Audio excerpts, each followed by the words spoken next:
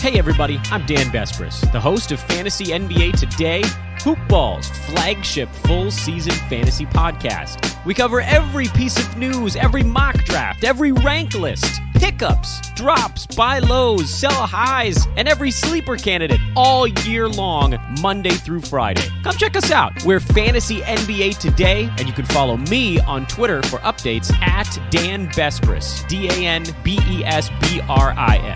We'll talk to you soon.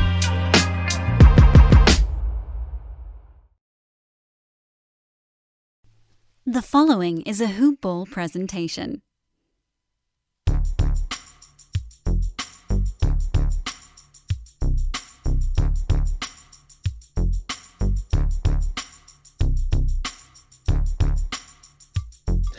Good morning, Hoop Ballers, and welcome to another edition of DFS Today.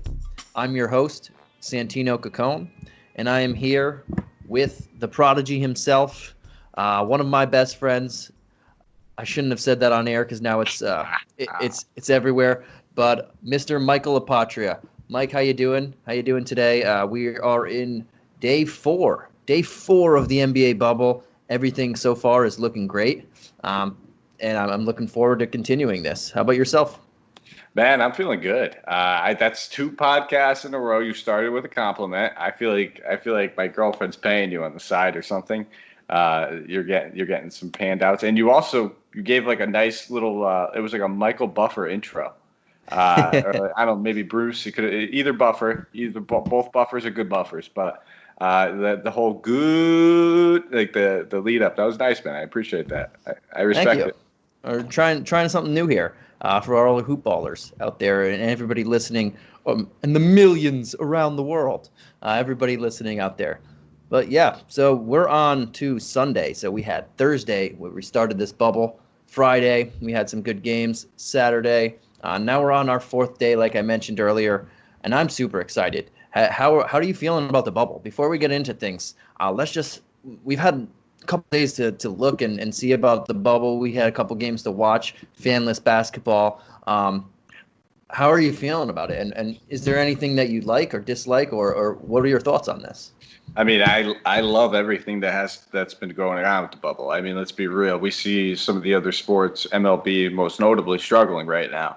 And just what the NBA, Adam Silver, the Players Association, the players themselves, all the way down to the hotel staff, everybody that's involved with the bubble is really just crushing it because as we see, anytime that somebody's even coming close to a case of COVID, they're out there. Then the very next day they run another test, and it's been 0 confirmed cases several times now. So they're doing something right, and it looks like that's going to probably be the prototypical standard if you're a sports league and you're trying to do something.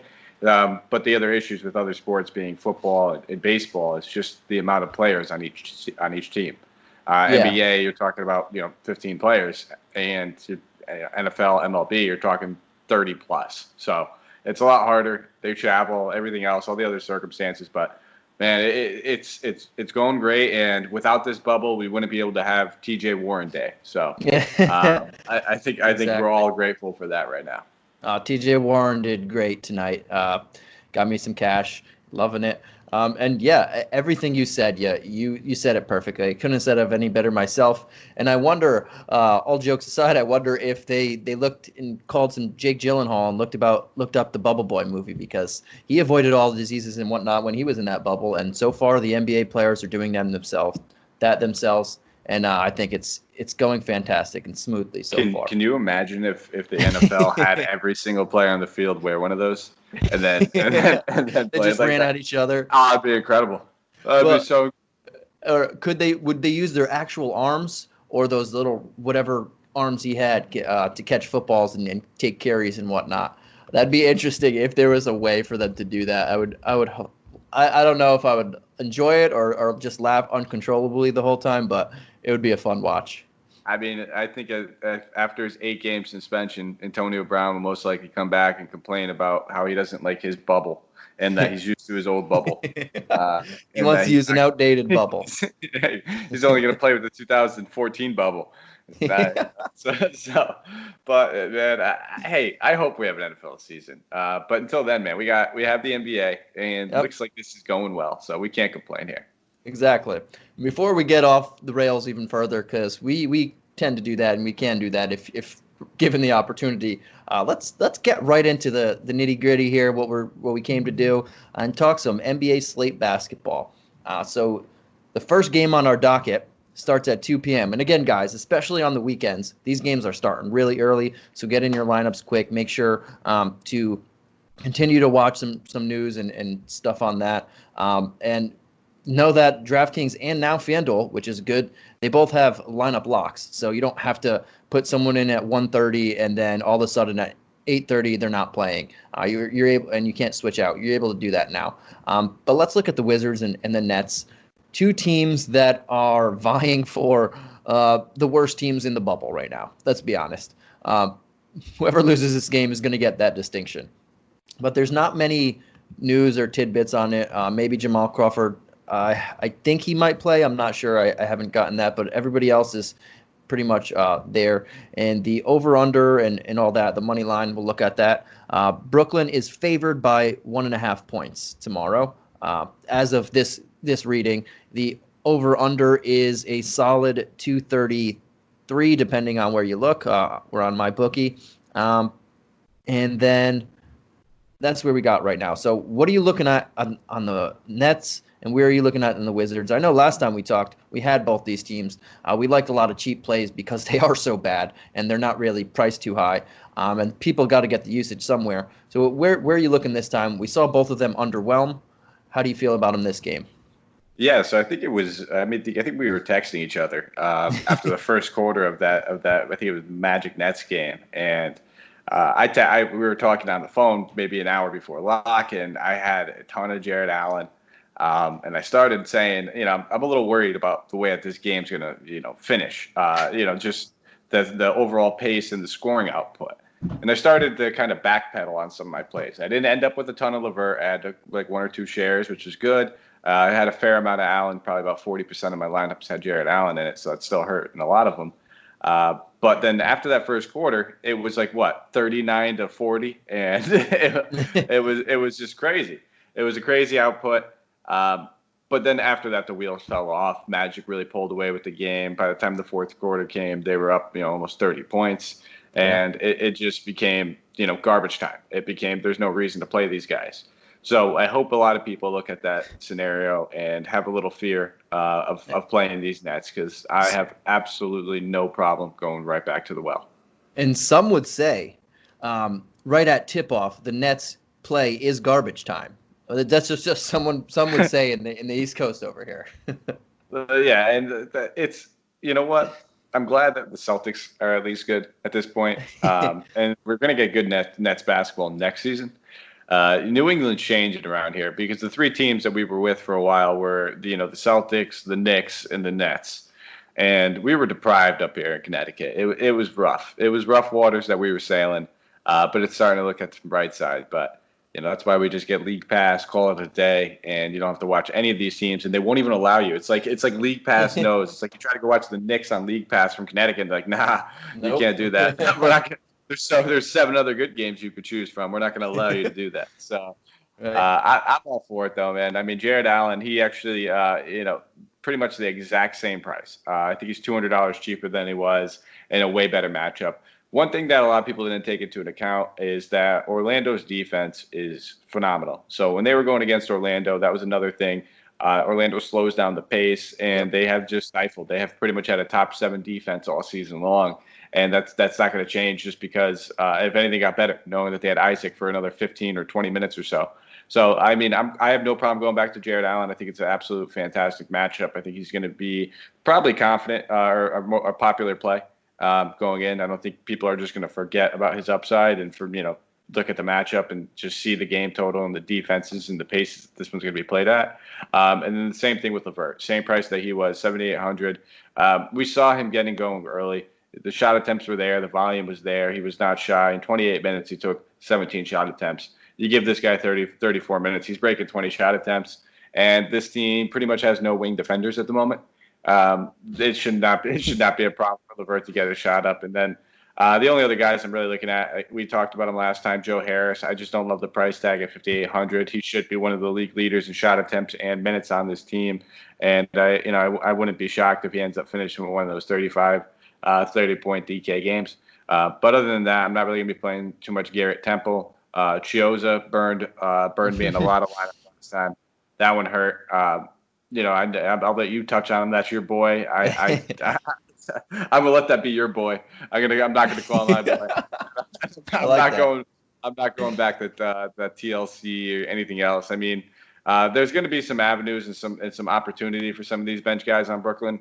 Tyler Johnson and Keurig would probably be the two that if you're going to take a GPP dart throw. But I think that in this matchup, we can just roll up the starters and feel confident. Yeah, I'm with you, man. So Karis LeVert is only 7,800. I think that's what he was last time. That's a really good price. The people around him are, if you're looking at people around 7,800, you got Chris Middleton, Nurkic, McCollum, DeRozan, pretty good players, but LeVert's going to get easily the biggest usage there, and he's going against Washington. And you mentioned it earlier. The Magic like to slow the pace down. They're the fifth slowest team in the league with a good defense on top of that, and multiple people to switch in and out on that team because they played 13 people, and we'll get to that a little later. But yeah, I really like LeVert for a bounce back. I really like Jared Allen in this matchup for a bounce back. As you mentioned, we were both talking about him for 5,600.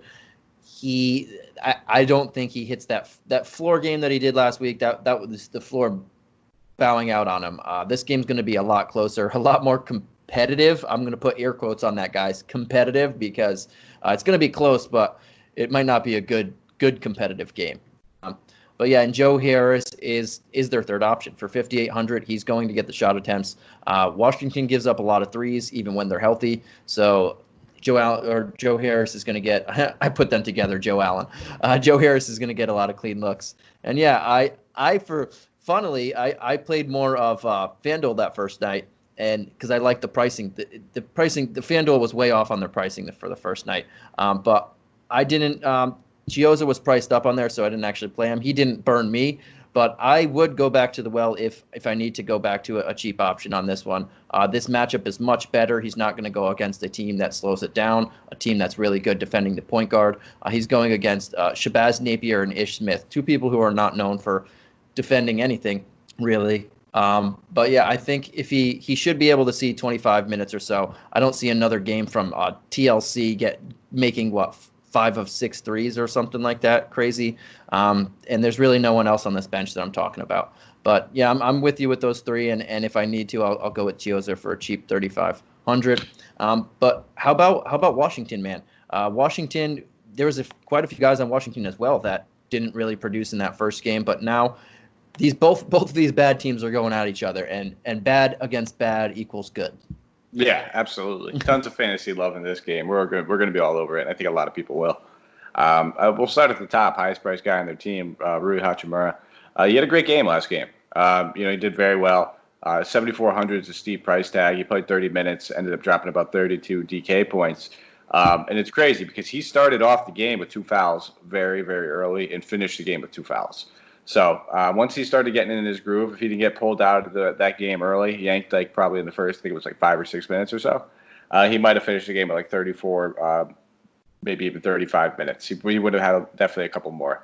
And the game was also trash. We could factor that in as well. But I think he's definitely an option. I think everybody on this team is an option. If I had to pick, a couple guys that I would say are my top plays, we talked about it before the show. Thomas Bryant. That was probably the most surprising thing is that he led the team in minutes. And, he's a guy that is a fairly solid point per minute guy. He's usually over that 1 point DK mark when he's getting 30-plus minutes. And this is a fantastic matchup. We've talked about it all season long. Brooklyn bleeds points to the Nets. Jared Allen's one of those centers that kind of falls into the Hassan Whiteside category where, yes, he'll get a ton of blocks, but he's going to give up a lot of points because he does contest everything. He goes for those blocks, and players that go for blocks all the time are going to miss occasionally. And when they do, it's going to be an easy way to the basket for the other center. So I think Thomas Bryant is probably going to fall in as one of my top options on the team. I don't mind going back to the well and Shabazz Napier. Again, that game was a little bit of ugly too. going against Phoenix. I mean, they ended up losing by 13, but the lead was a little bit more drastic at points. So, I wouldn't consider him maybe in cash, maybe more of a tournament option, but a guy that might fall under the radar just because we've seen his 40-point upside before. Yeah, same thing with you. For Hachimura, the 7,400 price tag on here is, to me, is a little steep for a guy who he is their number one option, but it's a little steep for me to pay for someone that I was hoping is closer to what he was on FanDuel that first night, about 5,400. That's a really steal price, but 74 to me is a little more steeper for him. But yeah, Thomas Bryant, you mentioned it. We talked about this before we went on the show. A guy who came into the night with conditioning question marks. They didn't know if he could play some minutes. They weren't going to really rush him. He played 34 minutes. He played the most on the team by, I think, 3 or 4. I think Rui was second, Jerome Robinson was second at 32. But if he's going to get 34 minutes or over 30 minutes a game and his conditioning is not up to par or is up to par, for 4,800, that's a great price tag, especially in this matchup. You mentioned it. Jared Allen is a good fantasy point per minute with those blocks, but he's not the greatest of actual defending. And yeah, Shabazz Napier should, again, get his shots off. And for 5,400, that's a really good price. Nobody on Brooklyn on the defensive side is going to scare you, even when they're healthy. So I do like Napier on this one. And I mentioned Jerome Robinson scored 20 points and played the second most minutes on the team. At 4,200, if you need someone to score, he's not that bad. Him and Troy Brown are similar. One's going to have a really good game. One's going to score a little bit less. I don't think they do much, or I don't think Robinson does much else other than scoring. So that's where I would fade him a little bit. But if you're digging deep in the bargain bin, maybe you look at one of those two guys as well.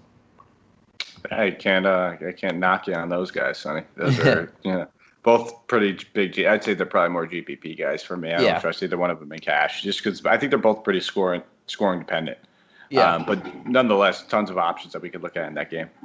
But if we're going strictly price with 4,200 for Robinson, 45 for Troy Brown, and then just 48 for Thomas Bryant, Bryant easily gets the edge there. But center options, there are quite a few good center options out here that we'll get to in a moment.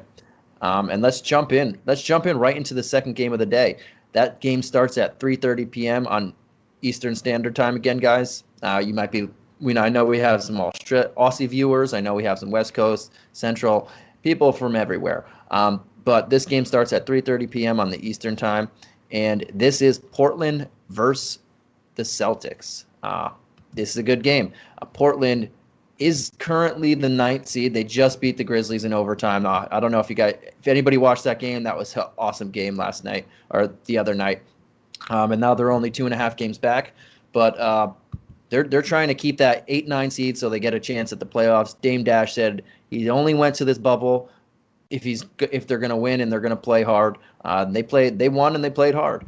But let's look at the over/under. The opening right now, the consensus, it opened at 227.5. Right now it's about 230 for the over/under, and Boston is favored by 4.5. We'll see what that changes, but as we know that stuff always changes when we get closer. So as for news. Mike, I'll let you talk about the big news on Portland. There's not really injury shakeups, but there is something interesting that we saw happening in that field, and I'll let you go right into that one. Well, I mean, I think it'd just be the phase out of Hassan Whiteside. It was something I wasn't necessarily anticipating. I was expecting it to almost be a 50-50 split. Let him get some court time with some of the, Nurkic that being, get some court time with some of these guys a little early. But they weren't shy. Yeah, it was an overtime game. Nurkic played about 33 minutes, but he balled out and he did a little bit of everything. Assists, rebounds, blocks, steals, chipped in 18 points. He did foul out of the game, but for his time being, and that's even saying it. With the foul out, who knows? He probably could have got an extra minute or two.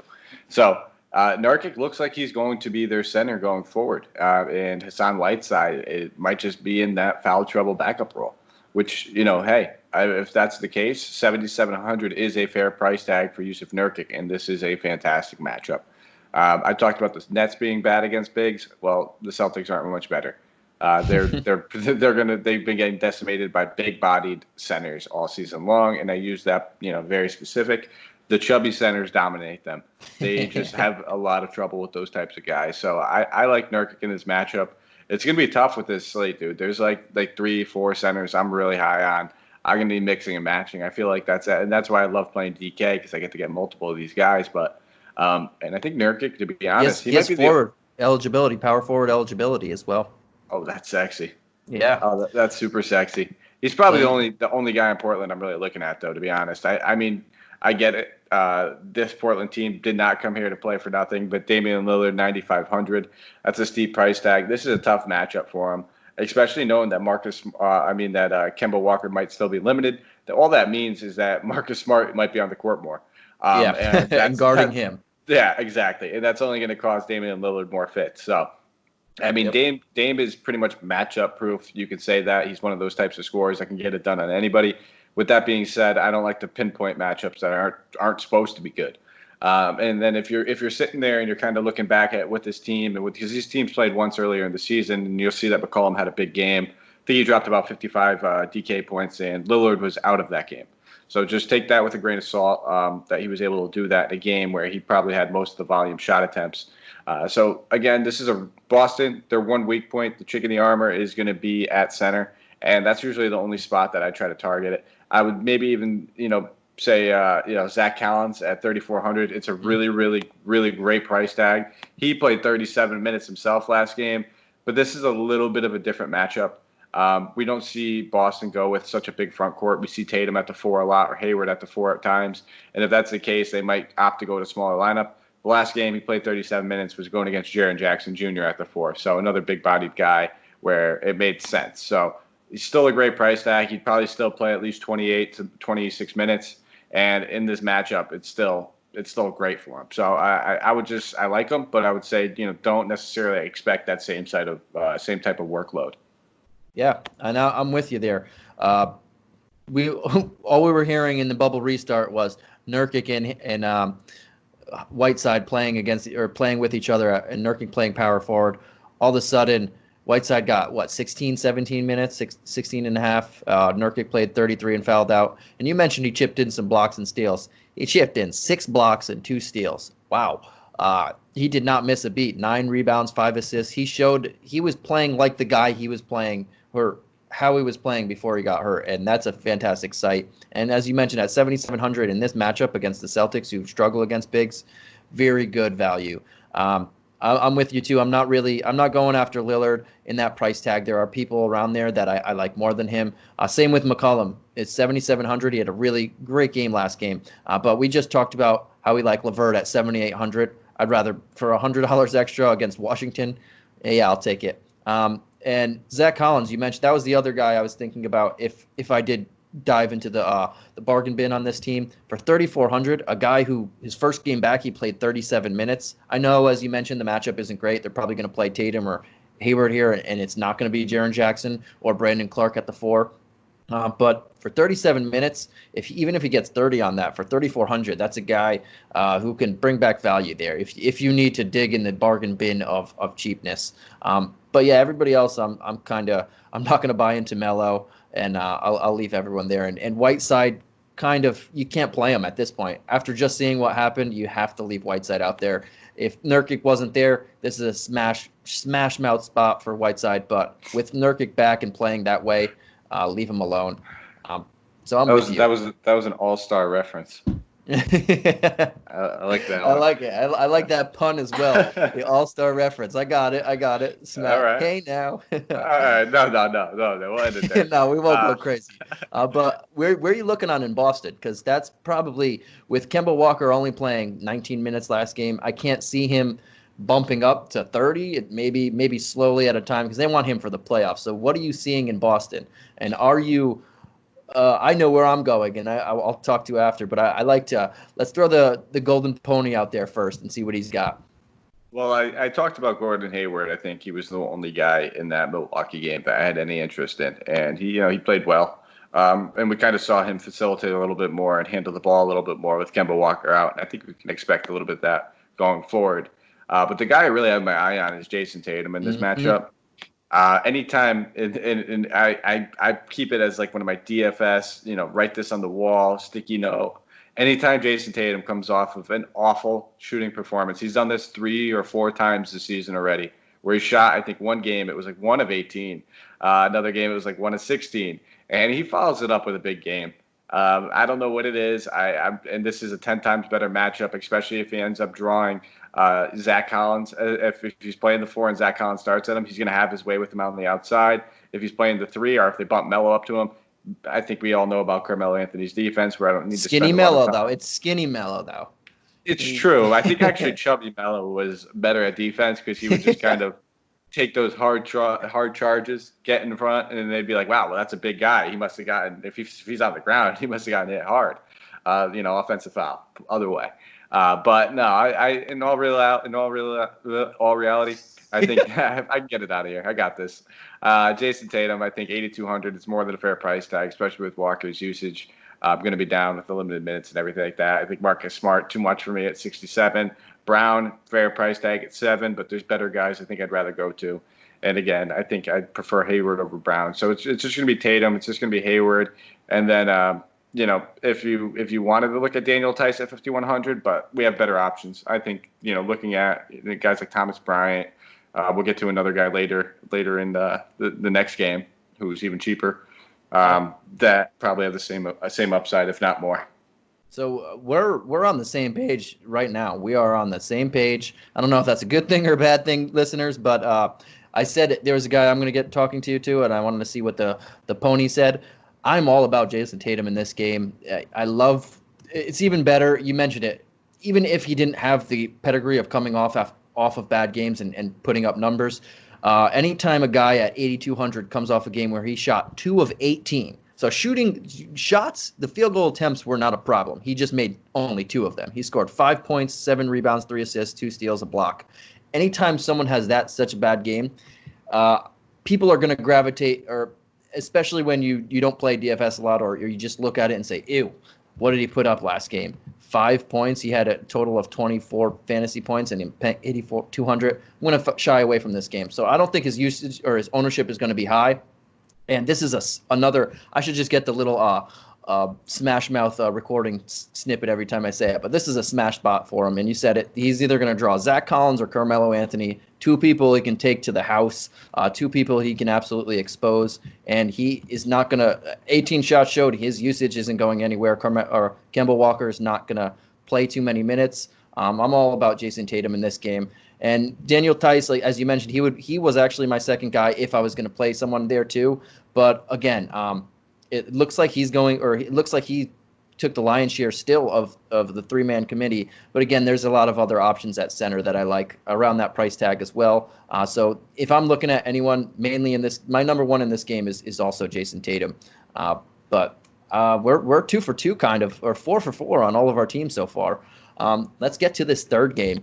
This third game is another game fighting for the playoffs. So the Spurs and the Grizzlies. The Spurs won. They beat the Kings last game, so they're right there. And the Grizzlies lost. So the Spurs are creeping a little bit closer. If they get this game, everything's going to be interesting. Especially if Portland loses, that's going to be extremely interesting around that 8-9 seed and see who gets there. But we got some news on the Spurs side. So not big news, guys, but any news is news. So Marco Bellinelli is doubtful to play. He got hurt last game. He hurt his ankle. Bryn Forbes has been ruled out already. I don't know if Patty Mills is playing. As of this recording, he didn't play on Friday, and there wasn't an update currently. We'll just assume he's not playing. If he plays, things change obviously, but we'll assume he's not playing there. And let's start with the Spurs because I already broke them their little injury history stuff went down. Who do you like on the Spurs side, and what do you see from them against this solid Memphis team? Yeah, I mean, we talked about with the Nets and just going back to the well, and I think it's kind of the same thing with the Spurs for me. Looking at guys like Jakob Poeltl, I talked about another center being cheaper the next game. He somehow drastically just went down in money again. He was 4,700 in the game against Sacramento, and he's 4K now on DK. So I don't know how a guy that just played 32 minutes, hit value still in the 32 minutes, is going to go down 700. Just doesn't make sense to me. And now we're talking about a matchup where he is going to have to play as many minutes, if not more. They like to run bigs. They have Jaren Jackson, they have Brandon Clark, and they have Jonas Valanciunas. People are going to play these minutes. When they were going against Sacramento, it was pretty much Rashawn Holmes, and the backup center was Bleacha, and he still played 32. So I'm all over Jakob Poeltl again. I just think if he's going to keep playing 30-plus minutes, just the upside with his defensive stats, he is a defensive monster when it comes to block and steals. He's going to keep getting those. He's going to, nab a double-digit rebound game in one of these games in the next couple, at least one. And then, don't expect a lot of points. But at 4K, I can't see a world where he just doesn't hit value. I think it's a really tough call for him not to hit value. And then in that same vein, if we're looking for value, Lonnie Walker, played 32 minutes in the last game, started only 3,500. I really like him mostly because he's that small forward eligible, and small forward tends to be an annoying position to deal with a lot of the times. So I wouldn't expect a ton of upside for him, but 25 DK points, if he can lock up another 20 to 25 again, I think that's more than enough, and I would be okay with that. And, I would say proceed with caution. Derek White, starting shooting guard against the Kings last game. I mentioned it, shooting guards against the Kings. It's a thing I always keep an eye on because they dominate them. So he did come out, and he dominated them. Played 34 minutes. He put up 47 DK points.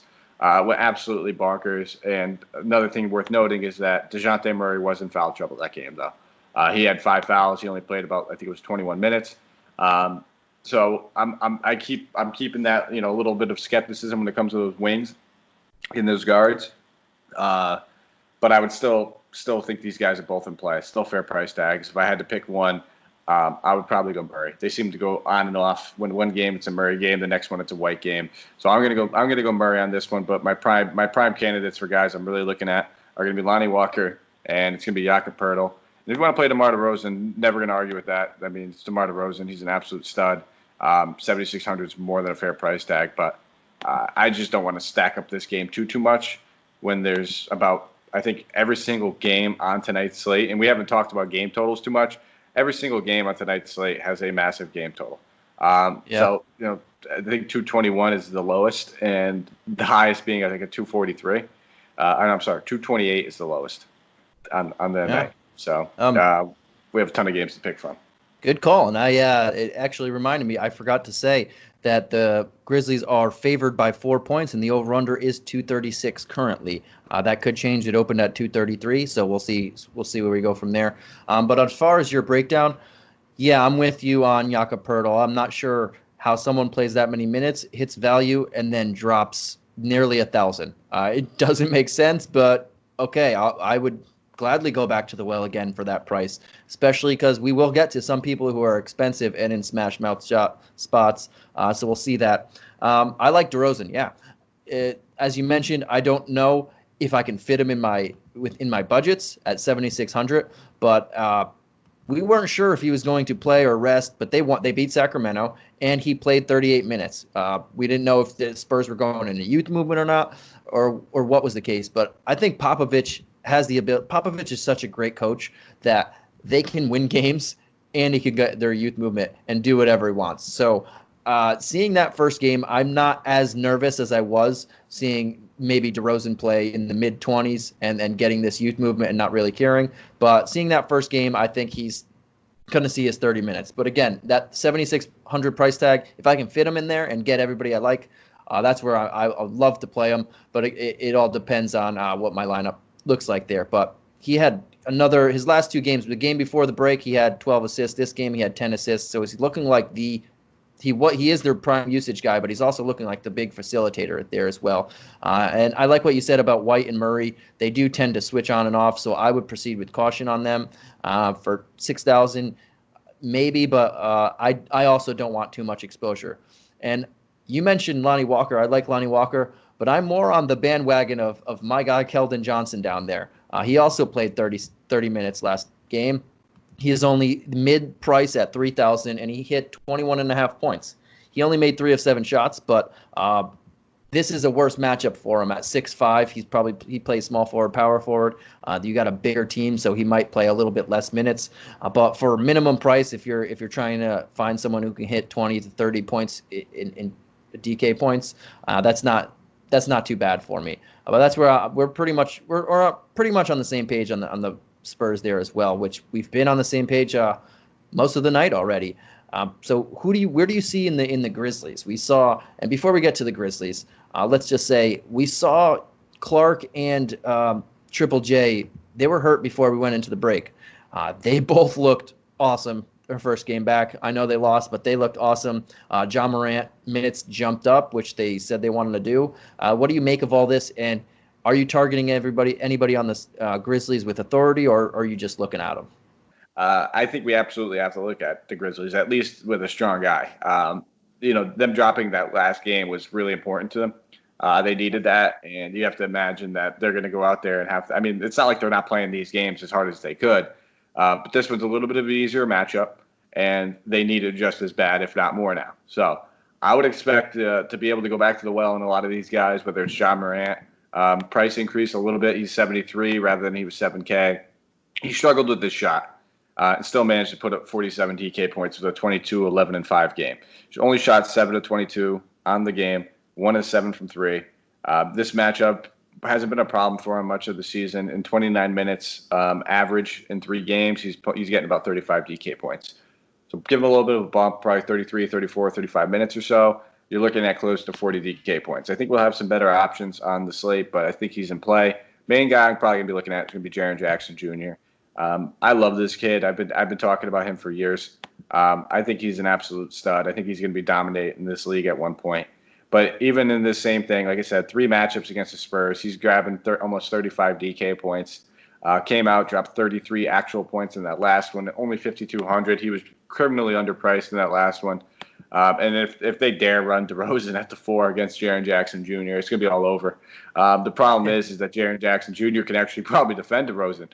This kid is an elite defender. He can get out to the 3-point line. He can defend inside, and he can score. He can shoot. He has all the tools to be a stud of the future. But the one thing that worries me a little bit is the 3 rebounds, 0 assists. He didn't really do anything with the peripheral stats. If he didn't sit there and drop 33 actual points, we'd be in trouble. And he shot 15 3-pointers. Out of his 22 shot attempts, Sonny, 15 of them were from deep.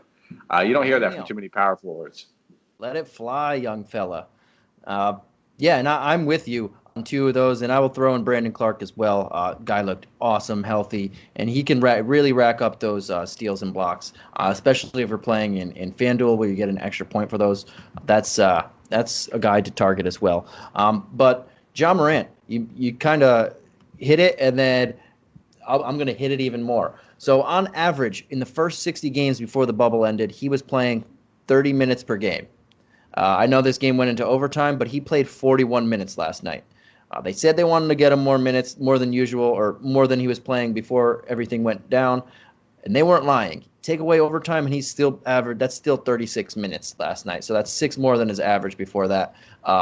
Anytime someone this talented gets a bump in pretty much a half a quarter more of basketball, huge value. And yes, he did jump up a little bit in pricing, but that price increase and that minute increase, that's fine. That you can still look at him there. And Jaren Jackson Jr., I don't really have to retouch on him. Everything you said, you can act like I repeated it because Mike loves this guy and he hit it on the head with him. But if I'm looking at the Grizzlies, I'm looking at Morant, Triple J, and Brandon Clark at 4,200 is not bad, especially in FanDuel where you get extra points for those defensive numbers where he puts up. But just like you said, if DeRozan tries to guard him or he's guarding, he has a small guy on him, it's really hard to guard a guy that can fly like that and is just big and lanky. So that's where I'd be looking as well. Nice, man. Yeah, I mean, and I wouldn't be shocked if we see Melton play a little bit more in this game as well, knowing that they like to roll the 3 guards. Keep in mind, too, when we're talking about, DeJounte Murray, Lonnie Walker, Keldon Johnson, and Derek White, is Patty Mills was a late scratch for that last game. He did not play, and it was kind of random. And when they asked, I love Coach Popovich. He's fucking yeah. Whoops. Friggin' hilarious. We're gonna have to go back. Yeah, he's absolutely hilarious, and he kind of came out and he said, "Yeah, I just didn't feel like playing him. No reason why. He's not hurt. Just didn't feel like playing him." So I wouldn't be shocked if he ends up getting some minutes and some time in this one. He's going to end up, obviously siphoning those from somebody. So again, just maybe take those into account with those guards. They're still great plays, but just proceed with caution. Maybe only GPPs because we don't necessarily have that sense of security that they're going to be guaranteed minutes. Yeah, and I mentioned it before we started talking about that Patty Mills didn't play. We're going to assume that he doesn't play on Sunday, but especially or most with Popovich, you don't know what's going to happen before the game. So this starts at 4 p.m. Eastern. You want to make sure that you look who's going to be in, who's going to be out, because there are some people out. He might not scratch anybody else because you did lose. Bryn Forbes isn't playing. You did lose Bellinelli mid-play or mid-game. So he might just go with his full lineup. But you never know with Coach Pop. He changes on a dime, and it's that's just what he does. And you can't question the man when you're that successful. But let's move on, and let's move on to my favorite part of the day, my favorite part of the show, and that is talking about if you guys don't know by now, we love our Manscaped products. And if you haven't gotten one, you're going to want to go to manscaped.com. You're going to want to enter the promo code HoopBall20. That's HOOPBALL20. And then you're going to want to try and get the Lawnmower 3.0 or the Perfect Package 3.0. The Perfect Package 3.0 has some boxers, some ball toner, some ball deodorant, and the Lawnmower 3.0. It's an affordable $80, free shipping, and then you get 20% off with Hoopball. So definitely get that. And if you just want the Lawnmower 3.0 without the awesome ball toner and ball deodorizer, you will be thanked by your significant other. I will say you that. I will tell you that if you're saying I don't need that, you should ask someone else. Don't go sniffing on your own down there. But it's a great product. I know Mike has it. I know Mike loves it, and he'll definitely back that one up. Oh, 100%. It's like I said, it's a luxury. It's one of those things that you don't know you need until you actually have it. And now I'm on subscription, baby. I get that every month. All right. And everybody, take a bow of silence for 1 second and then repeat after me. We're back, baby. We've got sports. Everyone, we have sports. Since March, we've been waiting to just scream it from the top of our lungs that we've got basketball, we've got baseball, and we got football right around the corner. And when we got sports back, we also have betting. And a lot of people have one thing on their mind, and that is MyBookie, guys. MyBookie is a home run. It's a slam dunk. It's a triple overtime, game-winning shot, all bundled into one. And I love it. You guys will love it, or you do love it. And that's all you should know. That's all you should hear to know to start betting today on MyBookie. So MyBookie has up-to-the-minute odds on all your favorite teams. And with sports ramped right up, there's never been a better time to start playing, guys. And the terms with MyBookie are as simple as this. You bet, you win, they pay. I can vouch for them. If you bet and you win, they will pay you. And be sure if you're trying to get in some future bets, be sure to get them in now. They're still taking MLB future bets. They're still taking some NBA future bets. And if NFL, NHL are also there as well. So why stop with just one sport? Just get all your betting in, all your fix of betting in right now. And the greatest thing about all of this is if you join today, MyBookie will match your deposit 100%. Yes, I'm going to repeat that again. In case you didn't quite hear it.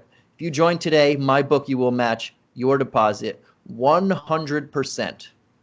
One more time for the fans, guys. Join today and MyBookie will match your deposit 100%. And they'll also toss you in a free $10 MLB wager. And all you have to do is enter the promo code HoopBall when you're signing up. That's HOOPBALL. And you get 100% of your deposit matched in a $10 MLB future wager that you can use today. So remember, at MyBookie, the terms are simple. You bet, you win, you get paid. It's a fantastic site. I love this site, and I'm a bettor myself. I don't bet huge when I bet. I just like to rack up that bankroll. I think Mike's in that same boat, but MyBookie is where to go, guys. And enter that promo code HoopBall, and you're good to go. I'm a parlay guy. That's my thing. If I'm betting games, you're a sucker. I go big or go home. Go big or go home. That's it. I need to get all 3 or 5 or 7 right, or I don't even. 7. That's a sucker bet. It's a funny story though. I one time I had about like $30 extra in my account that I was like, I don't, it's whatever. So I just put it on a random 18 parlay. The next day I woke up and I hit it. I didn't even know, but I hit it, and that was the only time I ever hit a parlay like that, when I was just messing around. And Do I you was remember like, what the payout was? For 30, it was about 1,800, because some of them I put on the I didn't pick all lines. I put some money lines as well, like underdogs. I was just messing around with it, and I was like, oh, the parlays are usually the sucker bets, and so are teasers, but that one was awesome. Yeah, just they're the most fun though. Hey, I didn't bet for the rest of the year. I said, yeah, I'm good, because I'll just relax on this for now, because that was just dumb luck. Yeah, I used all my dumb luck. So I was like, yeah, let's relax for a little bit.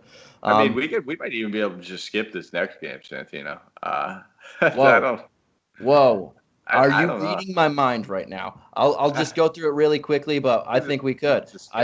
You're literally reading my mind, and I don't like it. But this next game is Sacramento versus Atlanta, or Orlando. I said Orlando. Oh, stop! You just hurt my heart, man. What I would do to have Atlanta in the bubble right now, be able to watch some Trae Young and John Collins, maybe a healthy Clint Capella. Oh, yeah, beat me to it. But yeah, this is the Kings and the Magic. The over-under right now is 228. It started at 221, and the Magic are favored by 2.5. You kind of hit it to me. I'll throw in some things. I'm gonna steal it from you, because you took it. But if Clifford, there was 13 players that played on Orlando last game. I know they had a big lead and whatnot, and they were playing the Nets, but that's for the 7 seed. But 13 players saw the floor, and 10 of them hit double digits. If Clifford continues to play this deep rotation, which he says he wants to, I don't want to touch any Magic guys. And Jonathan Isaac played well in his 16 minutes, but now he bumped up to a 5,800 price tag. I'm okay with that for a guy who might not hit 20 minutes. Vooks, 27 minutes, was the most on the team. So I really just don't want any Magic player unless I'm forced to in a pinch, but that's going to be hard to happen. So I'm generally avoiding them. And with the Kings, I'm pretty much generally avoiding them as well. Maybe I look at De'Aaron Fox. That would be okay. But for 7,800, or 7,900, there are some people like LeVert who I like in a better matchup than De'Aaron Fox. But there is actually one guy I like a little bit better than him, and he had a bad game last game, and that's Buddy Hield. He was 2 for 13 from the field and 1 from 8 from the three-point line. But if you go looking at one thing that the Magic don't do so well, that's three-point shooting percentage. They are 24th in the league at three-point shooting, giving up almost 37%. That's really bad. The only teams worse than them are the Cavs, Spurs, Blazers, Wizards, Knicks, Warriors. So everybody that's not in the bubble, and the Spurs and Blazers. So yeah, if I'm going to look at someone cheap, I'll look at a Buddy Hield at a decent 5,200 price tag, because he might get some open threes in here and hit some. But generally, I'm looking away from this game, like you mentioned, Mike. Is there anybody that you're looking at, or are you just completely saying, Yeah, I'm not really looking at anybody at Orlando. Maybe the one guy you want to take a look at would be Vucevic, but with all the center options we already mentioned, I'm probably pass on him. Sacramento. I don't know if I could back Buddy Hield just because of how doghouse he's been in. Like, Walton has hated this dude all season long. I don't see that changing. After they brought in Bazemore, and now Bazemore's role is not changing at all. And then they still have Bogdanovich. The minutes they're just not there for him. Bazemore, shout out to him, always doing me justice. Came out and had a great game last game. 11 rebounds. This dude just gets it done in the most random, different ways. But I can't get behind anybody going against Orlando really right now. Keep an eye on Rashawn Holmes. Once we see that they're going to kind of lift a little bit of the minutes restriction, I think they didn't mention it. They said that they were going to take the leash off and let him run wild. But I just I didn't believe that was going to be the case. We kind of saw that. It's a little bit of a different matchup. Orlando plays a little bit bigger than we saw with the I believe they're playing the Spurs, what they did. But if he's going to play 23, 24 minutes, I can't pay that price tag. If he was getting 30, 32, it would be a different story. So I'm probably going to hard pass on a lot of this game, other than maybe a share or two of a guy like Bogdanovich or maybe a Bazemore, but it would only be in a GPP. Yeah, and it's only because the Magic give up a really good percentage on threes, but besides that, I'm sticking away from this game. This is the one game that I really don't care about. So yeah, let's just move right on to another exciting game. Probably the most exciting game on the slate, the big boppers, as we say. Milwaukee and Houston. The Bucks are favored by 4 points, and the over/under is opened at 240 and is currently at 243. We know what we got in this game. We got three of the four highest priced players.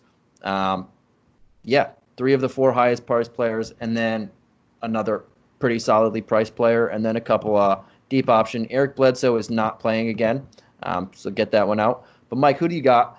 And when we're targeting this game, we can only get one of these big guns. Which one are you looking at, and why? Or you? It depends on your lineup. That's probably the most important part. But if you had to choose one or two, which one are you looking at? Yeah, so I mean, if we're talking about the big guns in this game, we're talking about Giannis, Harden, Westbrook, and if I had to pick one of those guys, it's going to be Giannis. This matchup is just picture perfect for him. The pace is going to be wonderful, especially when you're talking about Giannis. He leads his team in rebounds, but a lot of these are long rebounds that he's able to grab. And when you're talking about a team that gives up a lot of long rebounds, it's going to be the team that shoots the most amount of three-pointers. So I think all those factors, it's just a picture-perfect game for Giannis in this one. I have no problem going right back to the well. I mean, he put up 70 DK points when these teams played earlier in the year, and it was only in 28 minutes. So if that doesn't say enough for you, if this guy gets 30-something, 33, 34, it should be a wrap. I don't think we need to worry about much more. And the great part about Giannis is his floor is pretty much 55, 60 points. So he's never really going to burn you either, unless he gets into foul trouble or this game just gets out of hand super, super early. As far as anybody else on the Bucks, I think the only other people I'd really be, really gravitating towards might be a little bit of Chris Middleton. 7,800 is a fair price tag. We've talked about it. We said that number like 3 or 4 times tonight. Right there with him. So that's where he comes into play. He's a pivot. So maybe if you wanted to get exposure to this Milwaukee team, you didn't want to play LeVert, and you wanted to get Middleton, he's probably going to have lower ownership. So I think that makes sense as a pivot play in that kind of scenario. Maybe you wanted to play Harden, pivot off of LeVert, boom, you got Middleton. That's where you land. But other than those two guys, I'm not looking at anybody else on Milwaukee. And then as far as Houston goes, I mean, Harden, Westbrook, always in play. I'm never going to say no to either one of those guys. Which guy do I prefer? It's probably going to be Harden. I know you're probably going to say Westbrook, and I wouldn't fault you for that, especially with Bledsoe out. It's only going to give him a little bit more of an edge. Probably leave that Covington game up there for somebody else after coming off that big one.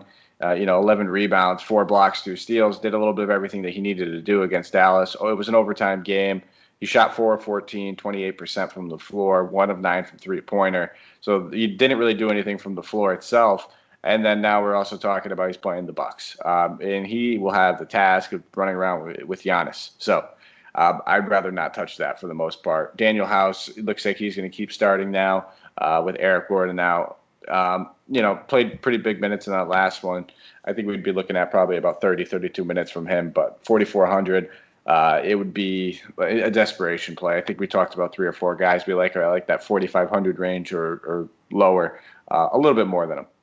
Yeah, and I'm with you almost to the end. Giannis, to me, is the number one guy in this game. This is a smash. I've said it a few times. Maybe this is my new trademark, but this is a smash mouth spot for him. He leads the team in rebounds, like you said. The biggest guy he's going up against, for the most part, is PJ Tucker. He might actually play a lot of center in this game. He's 7 feet. He could play center if he wants to. And he's just going to – there's no one that's going to stop him on this game. This is the perfect game for him. The one thing that we were thinking about with the Bucks is they don't need to really play.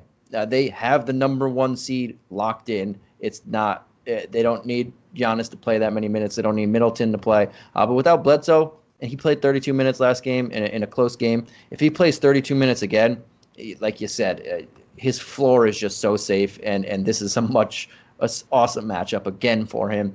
So I'm all over Giannis. Middleton, as you said, that 7,800, 77, 7,900 price tag, it keeps coming up. So there is a lot of pivots there, and Middleton makes for a great pivot in a great matchup that's going to be shooting. And again, there's no Bledsoe. Another guy, if you're just throwing a dart out there, I would look maybe George Hill. I'm not confident in him, but at 3,900, if you need someone cheap down there, he is in play because he's probably going to play a little bit more. And we know Westbrook sometimes laxes on defense and gives people shots. He can knock them down. You mentioned Daniel House, 4,400. Not bad, but yeah, we there's a lot of other people around that price tag that we said we'd like as well. So I'm not really touching him. Robert Covington, I'm also leaving him to whoever else wants to get him at 64. And as far as the two big guys, you can't get Harden and Giannis in the same lineup. That's not going to happen. There is a possibility to get Giannis and Westbrook in the same lineup, and that's why I would gravitate more towards Westbrook if I had to pick the two. But you can't go. I mean, they're both all-stars, obviously, but I think Westbrook in this matchup without Eric Bledsoe, it favors him a little bit more. Giannis. I like Giannis. I might have to call it that from now on. The Giannis. And I'm the name butcher. Let me hear you. Can you say his last name? Antetokounmpo. Close. I'll let it go. Antetokounmpo. Yeah. Giannis. Antetokounmpo. Antetokounmpo. Yeah. Don't make fun of my MVP. I'm not trying to. If you're listening to this, I'm trying. It's just bad. You might not be your MVP. Yeah, it's not my MVP. Don't you say that. He's my MVP. So I think not he's real MVP, as Kevin Durant would say. Oh, stop! This guy should clearly run away with the MVP award. It's not even close. Lucked into it because LeBron was about to take it, and rightfully so. Take that crown back. But let's get back on the rails here. So the last game on the slate, Mavs at the Suns. The Mavs are favored by 5.5. It opened at a 235 over/under. It's now 237.5. If you listen the last couple nights, this slate is just skyrocketing compared to the previous over/unders. But where you looking at in the Dallas-Phoenix game? There's not really many changing things out there. Saric played. Most people are healthy that were supposed to be healthy. And what are you looking for in this game that looks like a very fast-paced shootout type of game? Yeah, I'm going back to Luka. If I'm not playing Giannis in the lineup, I just talked about a pivot play. So, in the scenarios where I want to spend up, I still prefer Luka over Harden, over Westbrook. After watching Dallas lose that tough, that nail biter game, that one that, it was a bad one. Luka struggled in it mightily, still managed to get a triple double. And then we see a guy like Kristaps Porzingis just go absolutely bananas. That could easily happen again. Kristaps is a stud-started player himself. That stuff is not just random. He's going to have those games. But you're not going to see very often where Luka Doncic struggles like this from the field. I mean, he shot 11 of 17 total, struggled from deep, 1 of 9 from three-point. So I'm expecting a nice bounce-back game. Dallas, again, we talked about this. They're one of those few teams that are actually playing for something right now. They need this. They need to get out of that 7 seed. They want at least the 6 seed so that they don't have to worry about that Clipper or Laker matchup. So I'm perfectly cool with going back to Doncic. Probably leave Porzingis up there at 9K after everybody seeing what he just did against Houston. We talked about that. It was just a perfect matchup. Houston, a lot of people get afraid of playing bigs against them sometimes, but when it's a big that is not going to come off the floor because he's one of your best players, he's going to dominate. I mean, he had PJ Tucker, who's about my size, guarding Kristaps Porzingis 7'3". I think there's literally about a 7 or 8 inch height difference in between those guys. So it was in all the making for him to take advantage of it. I'm looking at Luka. Probably gonna shy away from Kristaps, and I don't mind looking at some Tim Hardaway Jr. Came out of there. He's just gonna keep playing a boatload of minutes. This guy, if you look at his last game against Houston, 41. But even looking at the 3 games before the break, when it was Denver, San Antonio, and Indiana, he played 39, 37, and 39 minutes. This guy's going to keep playing as many minutes as he can absolutely handle. The price tag, I would like it a little bit more, a little bit lower, like that $5,600, $5,700 range, and I think I'd feel a lot more comfortable. But he's still very much in play. And I'm just going to leave that guard roulette of DeLon Wright, Seth Curry, JJ Barea alone. I don't think I need to go to any of those guys right now. Yeah, I'm with you. Porzingis had a great matchup, great game. I don't want to pay for the previous game though, so I'm going to leave that one alone. It is a good matchup for him though as well. Luca, it's funny. You kind of said what Ice Cube once said. I'll keep it PG-13, but he messed around and he still got a triple double. That's just shows the talent that this guy has. And at 10,800, you're going to pay up for him. But if you're pivoting off of that Houston Milwaukee game, yeah, he's the guy to go to. I like him more than Westbrook. It's a better matchup. You're not going against anybody, an elite defensive team like the Bucks, and if you don't want any Giannis exposure, or you do want Giannis exposure and just want to pivot, Luka's the guy for me. Hardaway, yeah, that's not that bad, but 6,100, I don't really want him for 6,100, but he is playing a boatload of minutes. He doesn't average that many fantasy points per minute, but it's okay when you're averaging so many minutes. But the rest of the team, they're all hit or miss. You gotta nail them down on the right game, and I don't really feel confident or comfortable touching any of those guys when there are so many good value plays out there that should bring back more value and you can feel more confident and comfortable with. But what do you feel on the Phoenix Suns side? There are some good guys out there. Oubre is probably not playing again. We don't know. So what do you see there? Do you like Saric, Johnson, or Bridges, guys that are going to benefit without Oubre there? Without Oubre there, we saw Sarge come off the bench, and he still played a fair amount of minutes, but at 5,600, I don't have the confidence that he's going to stick with those minutes and still play, anywhere near 30. So I'll probably leave him out. I'm not going to touch him. Cam Johnson, another guy, 4,300, solid value play, but we've mentioned so many guys in that 4K range. And the thing with Cam is he's got a pretty decent floor, but his ceiling's not high enough for me to really consider in GPPs. If he's maybe the last guy you're throwing in there in a cash game, sure, why not? Same thing with Bridges. The upside is just not there for me where I can feel confident in playing him on a night-to-night basis in the tournament where I'm really trying to finish, the top 1 or 2 percentile. Rubio, minutes I expect to still be limited. I'll pass. DeAndre Ayton, big price bump, $700 increase from where he was last game, 7,800. The real, I guess, benefit that comes with DeAndre Ayton is that he's power forward eligible. But other than that, I don't like that price tag. I really don't think I'm looking at anybody over here. If I was to consider anybody, I know it's Booker, but I think I'd rather play Tatum for $400 less. So I don't think I'll end up with too many guys over here on the Suns. That's funny. I was just gonna say the same thing with the Ayton. His price tag jumped up 700, and now he's a little more expensive than Tatum. And I like Tatum's matchup much better for that forward eligibility. Same with Booker. Cam Johnson, Mikal Bridges, Dario Saric, they just don't get the usage that you'd want. Maybe Cam can hit some threes this time, but there are other people around that 4,300. But if you were in that price range and you went to him for a pivot, he would be the only one that maybe I would look at. But I'm not really looking at anybody on the Suns team as well. Rubio is still not playing a full complement of minutes, and I don't want to pay that 85, 86 for Ayton or Booker, and everybody else is really just there, I guess, for this game. So we're pretty much on the same page on this one. So do you have any, before we head out of here, I know we took a little bit longer. We were just messing around sometimes. We tend to do that. But do you have anything else you want to let the listeners know and tell them, give them a little hint or any insight that you have heading out of tonight and heading into tomorrow or tonight's slate? Ooh, yes. I would say if you're playing DraftKings, make sure that you are really taking advantage of the roster flexibility.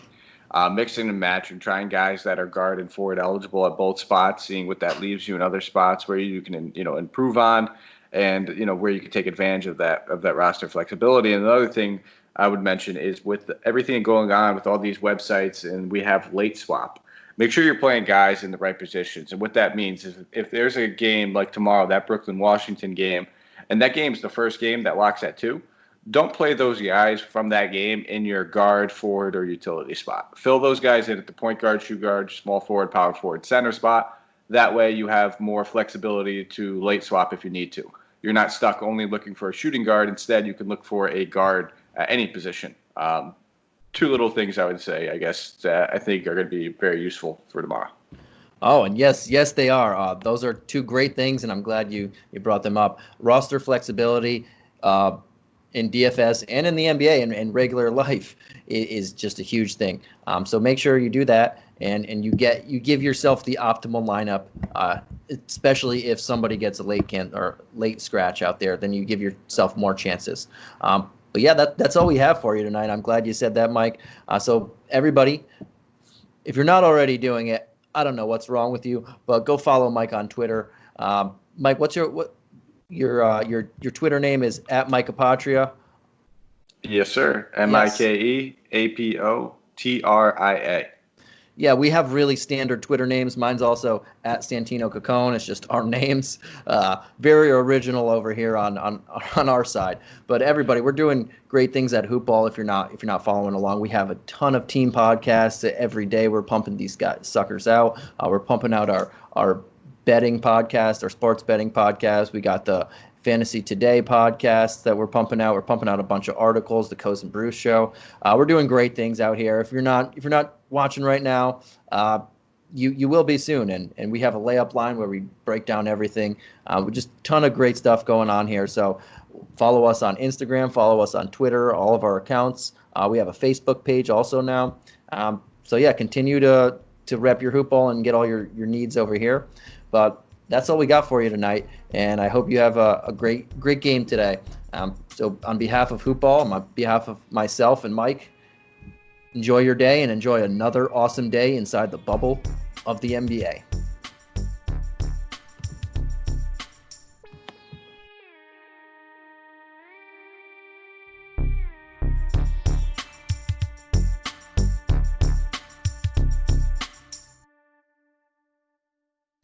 This has been a Hoop Ball presentation.